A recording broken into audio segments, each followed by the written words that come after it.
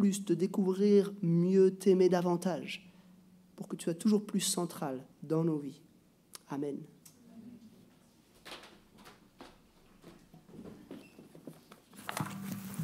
Bonjour à tous. Jonathan Meyer, Jonathan Wills, et comme on dit, jamais 203. Je pense que tu peux couper celui-là. On va voir aussi l'histoire de Jonathan dans la Bible ce matin. Donc, je vous invite à ouvrir la Bible dans 1 Samuel, chapitre 14. On va peut-être comprendre pourquoi il y a autant de gens qui s'appellent Jonathan dans la Bible, enfin. Autant de gens dans l'Église qui s'appellent même Jonathan. 1 Samuel, chapitre 14. Alors, le texte est assez long. Alors, veuillez m'excuser parce que je vais peut-être dans ma langue faroucher ou des fois bégayer ou quoi que ce soit. C'est pour ça que c'est toujours mieux d'avoir le texte devant les yeux. Donc 1 Samuel, chapitre 14. Et en fait, dans le livre de Samuel, l'auteur il met souvent en avant des contrastes entre des personnes, entre des personnages. Dès le début, dans Samuel, chapitre 1, il y a Anne et il y a Pénina. Et l'auteur met en avant ces deux cœurs, ces deux personnages. Puis après, directement chapitre 3, on voit Samuel qui grandit, et d'un côté, on voit les fils d'Élie, Ophni et Phinehas aussi. Et on voit ce contraste entre ces deux cœurs, entre ces deux personnages. Et tout au long, beaucoup dans le livre de Samuel, il y a ces contrastes forts. Saül, David, Saül, et aujourd'hui, on va voir Jonathan. Mais ce qui est important dans ces récits, ce n'est pas forcément les personnages, les contrastes, c'est de voir ce qu'il y a derrière, ce qu'il y a même dedans, même, sur quoi ils s'appuient, quelle est leur foi, et surtout, qui est l'objet de leur foi. Et je vous invite du coup, je vais lire 1 Samuel, chapitre 14, c'est un peu long. Merci de votre grâce vis-à-vis de moi. Je lis 1 Samuel 14.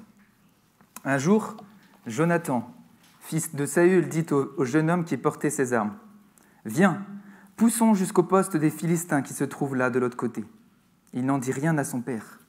Saül se tenait là, à la limite de Gibéa, sous le grenadier de Migron. Et la troupe qui était avec lui comptait environ 600 hommes.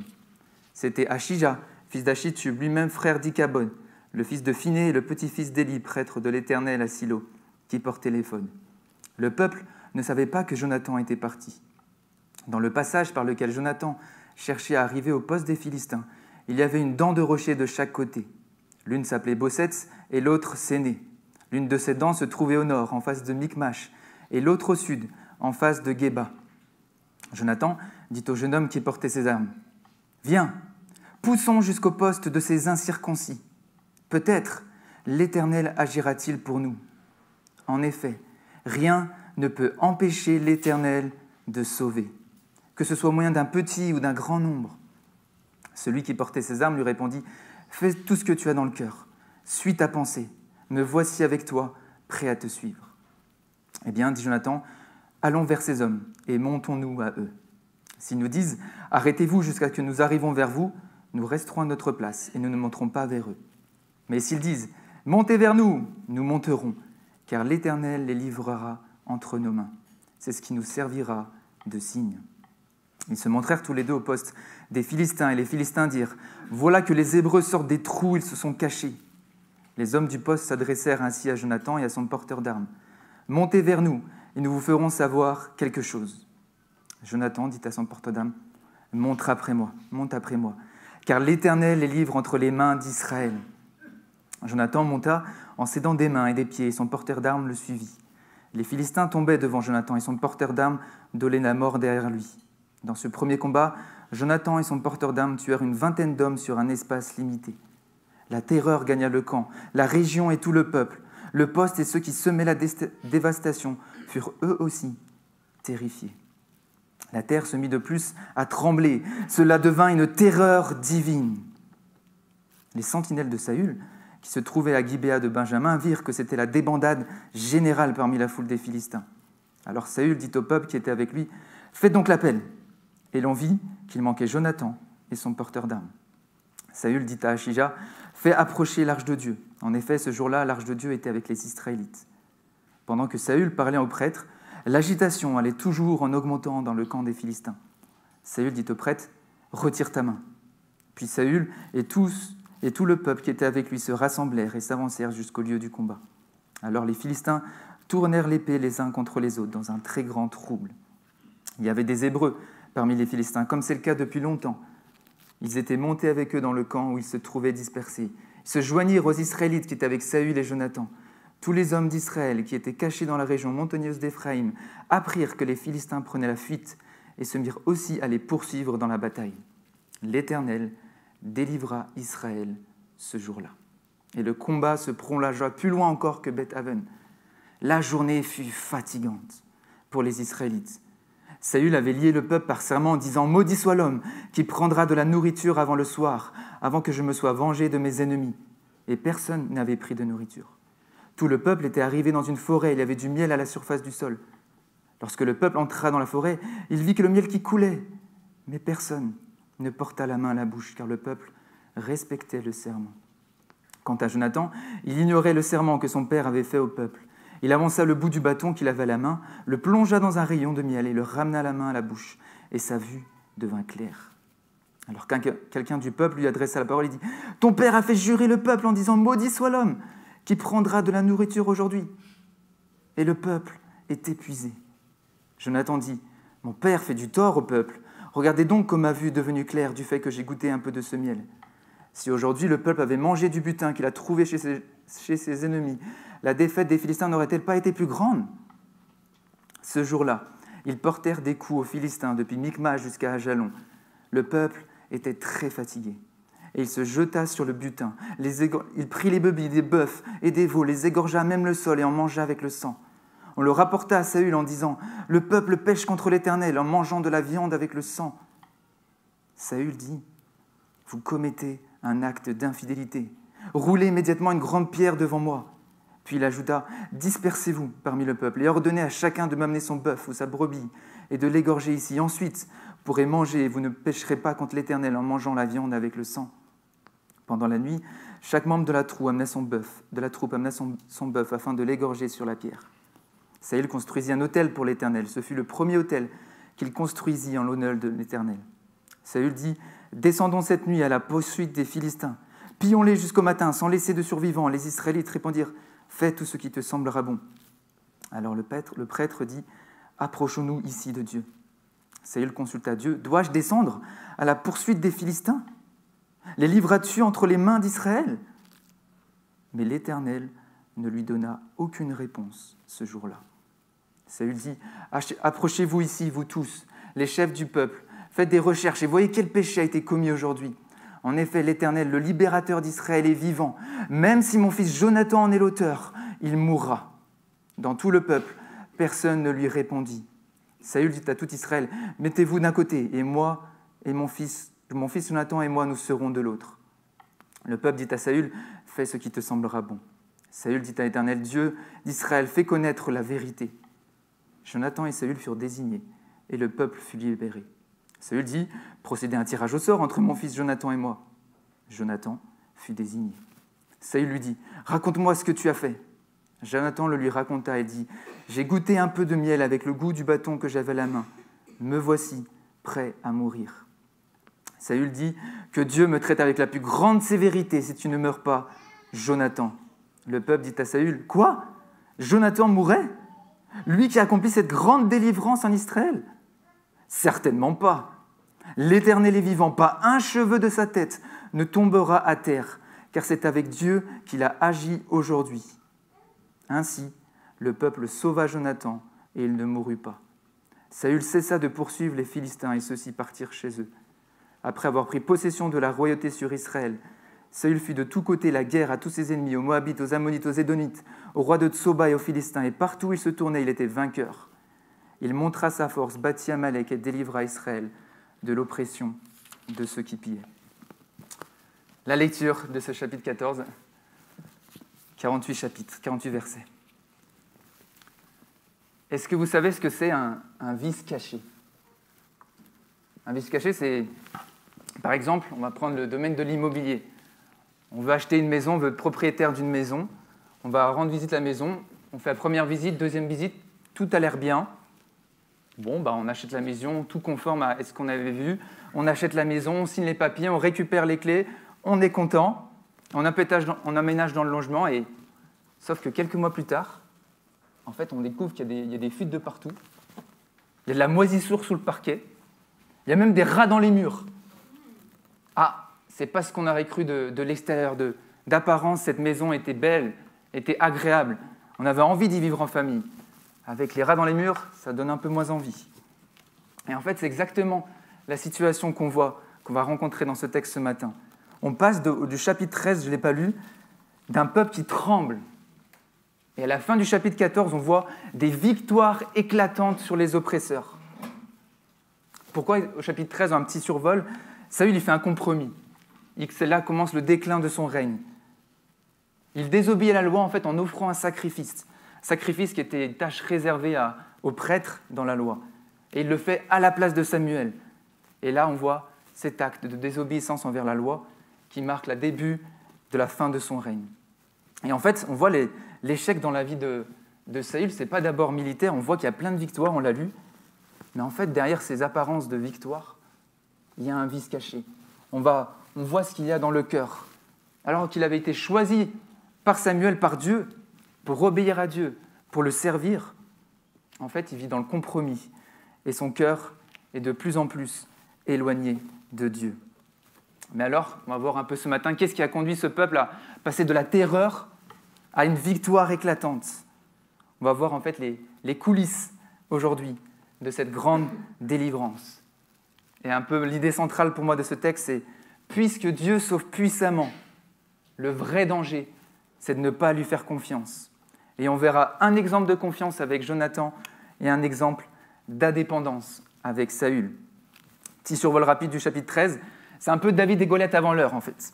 Au début du chapitre 13, si vous regardez dans la Bible, au verset 2, il y a 3000 Israélites face à 30 000 chars et 6 000 cavaliers philistins. Et donc, 3000 face à 30 000 et 6 000, sauf qu'il peut. C'est la dégringolade. Le peuple, il tremble, il se cache dans les grottes, dans les buissons, dans les rochers. Il y en a même qui essayent de traverser le Jourdain à la nage pour s'éloigner du danger. Sauf qu'il peut. Et on voit, sur les 2000 hommes, verset 2, chapitre 13, verset 2, 2000 hommes étaient avec Saül. Et on arrive au verset 15 du chapitre 13. Il n'y a plus que 600 hommes. Et donc si on fait un petit calcul, 30% sont restés. Ou bien, dans l'autre sens, 70% sont partis. Et ça ne s'arrête pas là. On voit, il y a des troupes qui encerclent les Israélites. Verset 17, qui sèment la dévastation.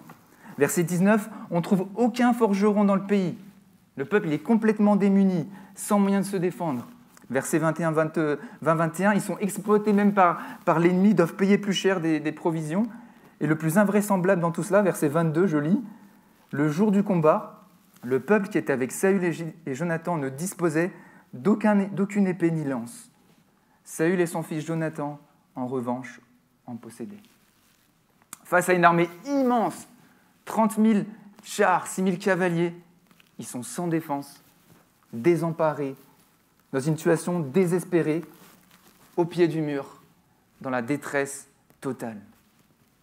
Et là, la question, c'est est-ce que ça vous est déjà arrivé d'être dans cette situation-là? Pas d'être face peut-être à des chars d'assaut, mais stressé, éprouvé face à une échéance qui s'approche, et qu'on n'a peut-être toujours pas commencé notre travail. Découragé peut-être face à une situation de travail qui ne se passe pas comme prévu. Travailler des semaines et des semaines sur un projet, et on perd les données de ce projet. Tout s'écroule. On peut même aussi être angoissé suite à un problème qu'on a eu à l'information sur notre santé, sur la santé aussi d'un de nos enfants, notre famille proche. On peut être aussi à bout de force, plus d'énergie. Et dans ce genre de situation, on a l'impression d'être seul, au pied du gouffre. Que faire? Comment réagir face à cette situation désespérée? Et là, on arrive dans notre texte. On voit Jonathan qui manifeste un exemple de confiance. Et c'est une confiance d'abord agissante au milieu de la détresse. Il prend les devants, on voit verset 1, il dit au jeune homme, « Viens, poussons jusqu'au poste des Philistins qui se trouvent là, de l'autre côté. » Et donc, face à cette situation de détresse, Jonathan, il veut s'appuyer sur l'Éternel. Il vit toute chose dans sa vie devant Dieu. Et il s'en remet à sa réponse. De nouveau, verset 6, il dit, « Viens, poussons jusqu'au poste de ces incirconcis. Peut-être l'Éternel agira-t-il. En effet, rien ne peut empêcher l'Éternel de sauver. » Et ça, il est bon de se le rappeler aussi pour nous. Dans des situations de détresse, où on panique, quand tout semble impossible à nos yeux, qu'on est débordé, accablé par tout ce qui se passe autour de nous, le premier réflexe qu'on peut avoir, c'est peut-être, nous, des fois, de s'isoler, prendre du recul, ou bien d'essayer de régler la situation par nos propres forces. On va essayer de réfléchir à un moyen pour trouver la solution. Et on pense en fait que le secours, il se trouve en nous-mêmes. Et peut-être même en ce moment, dans un cycle aussi face à un péché, il revient semaine après semaine, on n'arrive pas à s'en défaire. Et du coup, on est dépité, on est découragé, on en a marre. On n'arrive plus même peut-être à prendre le temps d'être à l'écoute de Dieu. Et même si on lit la Bible, on pense à 50 milliards d'autres choses, à la liste de choses à faire. Nos pensées, ils divaguent complètement. On peut être aussi inquiété par la foi de nos enfants qui ne sont peut-être pas dans le Seigneur. On leur a déjà parlé de Dieu à maintes reprises, mais on ne voit pas de changement dans leur vie. Certains même le rejettent ouvertement. Ils ne veulent même plus aborder ce sujet avec nous. Et ça nous pèse, on ne sait plus comment faire, comment parler, comment s'y prendre pour parler de ce qui est le plus important à nos yeux, ce qui a de la valeur à nos yeux. Et en fait, on peut être tenté de baisser les bras face à toutes ces situations-là. Et le grand réconfort de ce texte, de la parole de Dieu, verset 6, « Rien ne peut empêcher l'Éternel de sauver. » Jonathan s'appuie sur Dieu qui peut tout. Il est tout-puissant pour sauver. On l'a chanté. Même si tout paraît impossible, désespéré, il est celui qui sauve. Il est le libérateur. Et Jonathan, il ne reste pas simplement passif à absorber tout ça. Il met sa foi en action. Et c'est sur la base de sa foi qu'il agit. On a vu, il a une confiance agissante, mais aussi une confiance dépendante, une foi dépendante. On voit vraiment son cœur dans ce passage, au verset 7. Même le porteur d'âme lui dit « Fais tout ce que tu as dans le cœur, suis ta pensée. » Et lui, il ne s'emporte pas, il ne va pas courir à droite, à gauche, mais il va mener son action en se soumettant d'abord à Dieu, en recherchant premièrement sa volonté. Le désir de son cœur, ce n'est pas se précipiter, mais c'est s'en remettre à Dieu. Il reconnaît son besoin d'aide, il est dépendant de la réponse de l'Éternel. Et on le voit verset 6, il dit « Peut-être l'Éternel agira-t-il pour nous ?» C'est au pied du mur qu'on voit vraiment la foi. Jonathan, il reconnaît son impuissance, il reconnaît qu'il ne peut pas faire face à tout ce danger auquel il est affronté. Il regarde à Dieu. Il est convaincu qu'il peut agir, que Dieu peut agir et les secourir, peu importe ce qui paraît impossible à l'homme. Alors, il va mettre en place une stratégie. Pour discerner un peu la volonté de Dieu, il dit, bon, je résume, si les Philistins descendent avec précaution, ils vont se retirer, mais s'ils les défient en se moquant d'eux, eh ben, ils montreront. Ça veut dire que le signe de l'Éternel est là. Et ça s'accomplit, versets 11-12. Les Philistins, ils font les malins, ils se moquent, et même si Jonathan et son porteur d'armes ne sont que deux, face à tout un poste de Philistins, ils ne reculent pas, ils disent « C'est bon, l'Éternel est avec nous ». Ils le disent 2 fois dans ce texte, verset 10. « L'Éternel est libre entre nos mains, entre les mains d'Israël ». Verset 12. « L'Éternel est libre entre nos mains, entre les mains d'Israël ». Il a une confiance agissante, mais aussi dépendante de Dieu. Et en fait, sa confiance, elle va révéler la toute-puissance de Dieu. Résultat de tout ça, victoire de Jonathan et son porteur d'âme, verset 15. La terreur gagna le camp, la région et tout le peuple. Le poste et ceux qui semaient la dévastation furent eux aussi terrifiés. C'est un peu l'arroseur arrosé. Ceux qui faisaient les gros bras, on est nombreux, ils se retrouvent à fuir, à être dévastés à leur tour. C'est l'Éternel, celui à qui appartient les fondements de la terre, qui accomplit cette délivrance. On le voit, verset 15. La terre se mit de plus à trembler. Cela devint une terreur divine. Résultat, grand renversement de situation, verset 23, ça se finit comme ça. L'Éternel délivra Israël ce jour-là. Alors que le peuple était au pied du mur, dans une détresse totale, l'Éternel accorde une délivrance à son peuple. La confiance de Jonathan en Dieu révèle la toute-puissance de Dieu. Et pour nous aussi, il est toujours possible que Dieu intervienne, peu importe les situations, peu importe les années pour lesquelles on prie pour des circonstances. Même si tout semble impossible à nos yeux, Dieu, il ne sera jamais à bout de force. Il peut nous délivrer, même tout de suite s'il le souhaite, de cette situation qui semble impossible pour nous. On peut prier pour ça. en étant dépendant de lui, sachant que Dieu en est capable. Mais aussi, si Dieu n'exauce pas tout de suite notre prière, ce qui peut arriver aussi, on ne doit pas fuir ou le mettre de côté en pensant « Ah, il ne nous répond pas, il ne me répond pas ».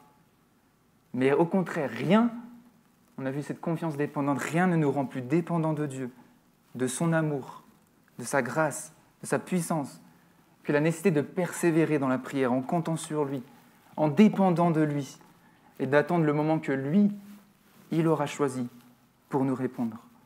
D'une manière ou d'une autre, Dieu accomplit son plan pour nous, quand notre plaisir consiste à l'honorer. L'Éternel, il l'avait dit lui-même au chapitre 2 de ce même livre.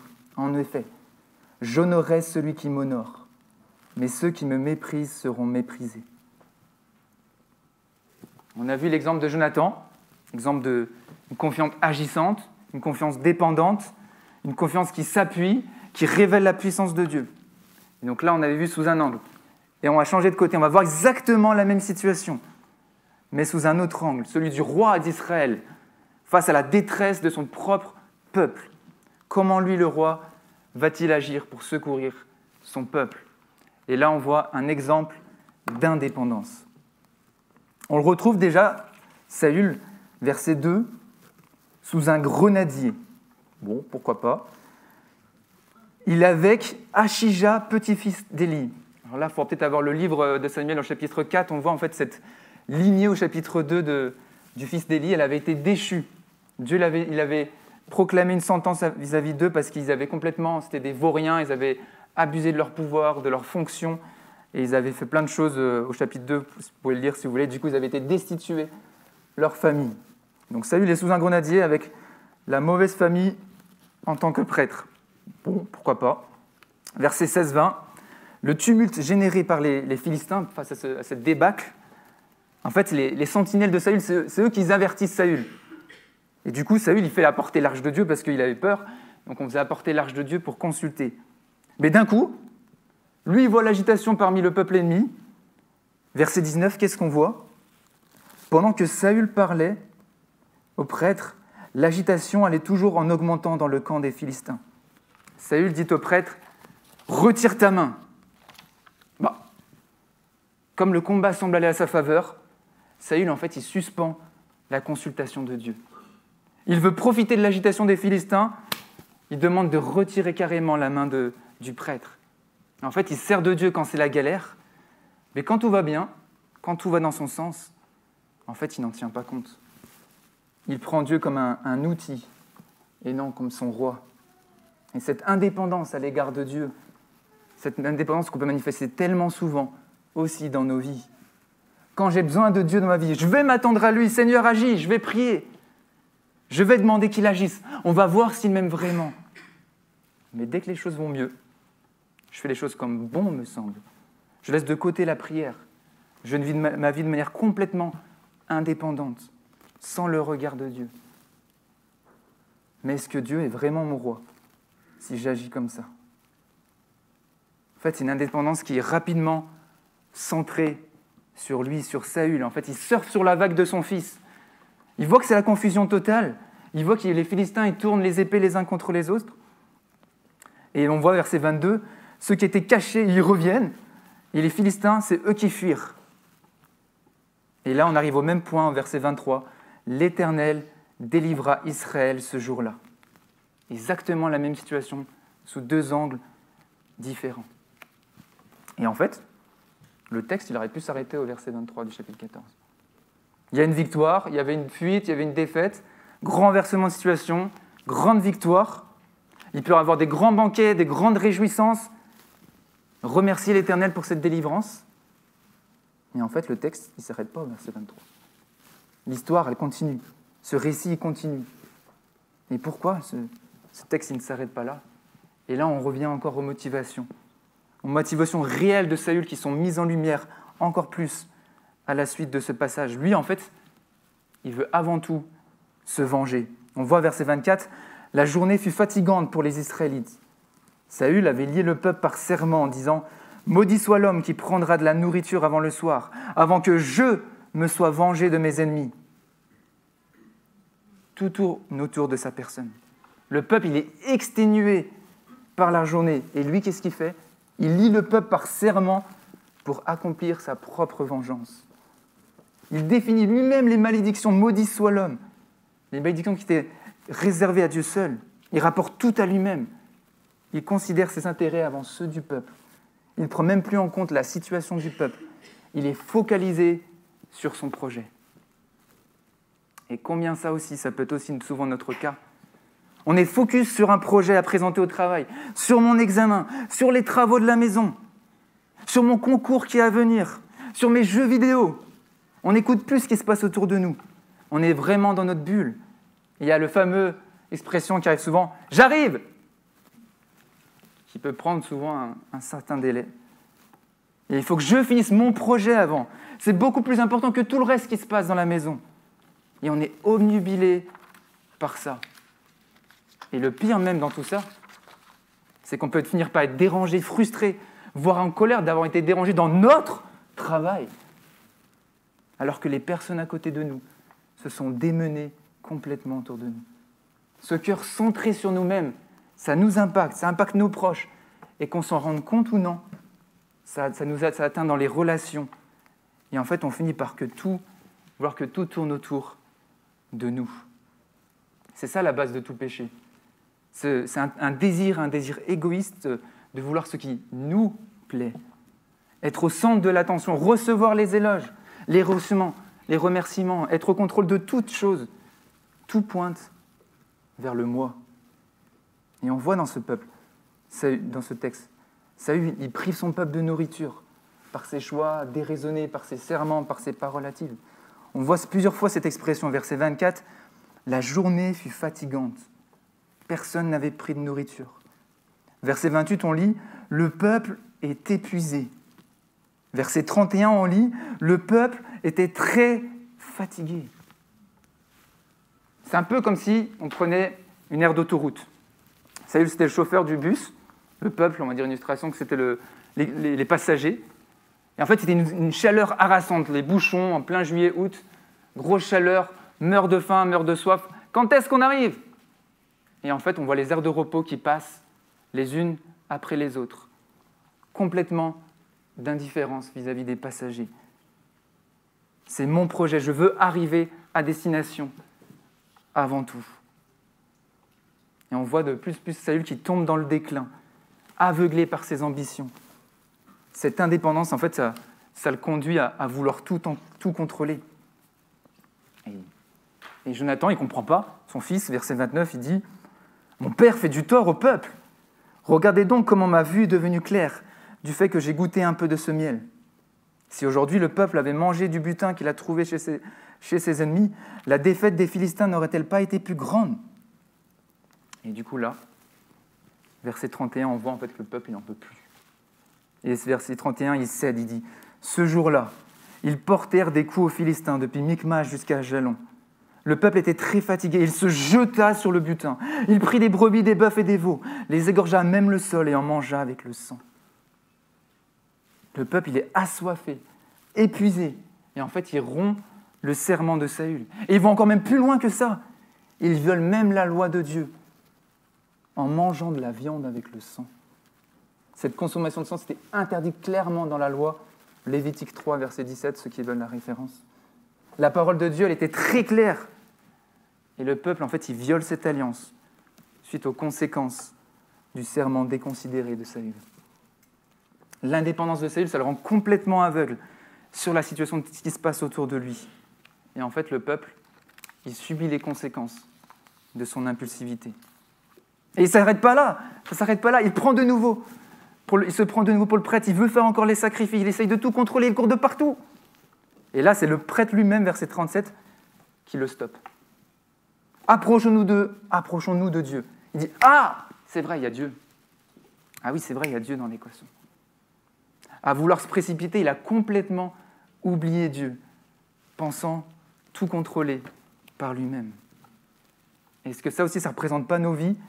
On met une vie à 1000 à l'heure, on est sans cesse à vouloir remplir notre agenda, à vouloir faire de plus en plus de choses, on n'aime pas le trou, le vide, on se disperse, on accumule. On fait des checklists à n'en plus finir, on multiplie les post-it sur le bureau, les appels, les rappels sur l'agenda. On court après le temps. Et on peut penser tout contrôler, mais en fin de compte, on ne prend même plus le temps de se poser et d'avoir des choix raisonnés. Et à la fin de la journée, comme Saül, on peut avoir complètement oublié Dieu dans tout ça. On voit le vrai danger, en fait, de ne pas s'appuyer sur l'Éternel. Comment on peut rapidement, par des compromis, par des choix dans notre vie, glisser, s'éloigner de Dieu progressivement. Et Dieu nous invite à le reconnaître, à constater la gravité et à revenir à lui. Le but de la loi dans l'Ancien Testament, ce n'était pas de contrôler le peuple, mais le but de la loi, c'était de montrer la gravité du péché, pour conduire à la repentance, pour conduire le peuple à la recherche du Sauveur, du Rédempteur. Et Saül, il consulta Dieu, verset 37. « Dois-je descendre à la poursuite des Philistins? Les livreras-tu entre les mains d'Israël ?» Et là, on lit la suite du verset 37 qui dit « Mais l'Éternel ne lui donna aucune réponse ce jour-là. » Saül pense que Dieu est avec lui dans ses projets, mais en fait, Dieu ne lui répond pas. Et en fait, ce silence est interprété comme un signe de sa colère, de son jugement. Il n'est pas celui qu'on manipule, ce n'est pas un génie de la lampe. Il n'est pas un outil qu'on peut manipuler pour atteindre nos projets. Mais il est le roi et le maître de l'univers. C'est lui qui décide. Mais Saül, l'absence de réponse, ça le rend fou. Et du coup, il multiplie un deuxième, un troisième serment. Il dit, verset 39, « En effet, l'Éternel, le libérateur d'Israël est vivant. Même si mon fils Jonathan en est l'auteur, il mourra. » Et là, on reprend notre vice caché.